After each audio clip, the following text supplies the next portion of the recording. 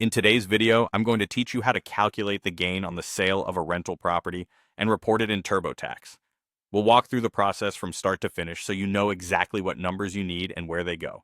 The core idea is simple. You determine your adjusted cost basis, figure out your net sale price, subtract one from the other to get your gain, and then understand how that gain is taxed, including depreciation recapture.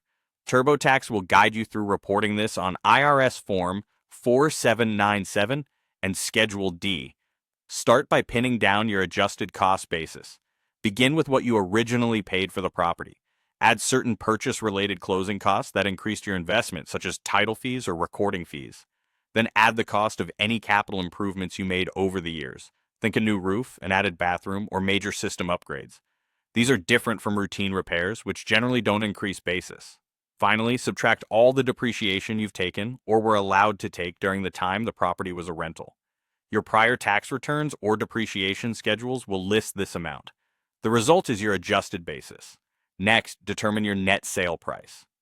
Take the contract sales price and subtract your selling expenses. These often include the real estate commission, transfer taxes, legal or escrow fees, and other costs directly tied to the sale. Your closing disclosure will be your best reference. Now calculate your gain. Net sale price minus adjusted basis. If the result is positive, that's your gain. Part of this gain, up to the total depreciation you claimed, is depreciation recapture, typically taxed at a rate up to 25%. Any remaining gain is generally a long-term or short-term capital gain depending on how long you held the property, and it flows to Schedule D. State taxes may also apply. When you enter this in TurboTax, go to the section for rental property and indicate that you sold the property. The program will ask for your purchase date, sales price, selling expenses, improvements, and total depreciation taken. TurboTax uses your inputs to fill out IRS Form 4797 for the ordinary portion related to depreciation recapture and Schedule D for the capital gain portion.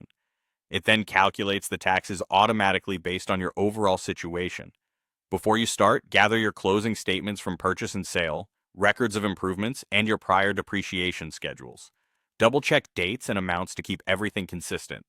With accurate details, TurboTax will guide you smoothly to the correct result.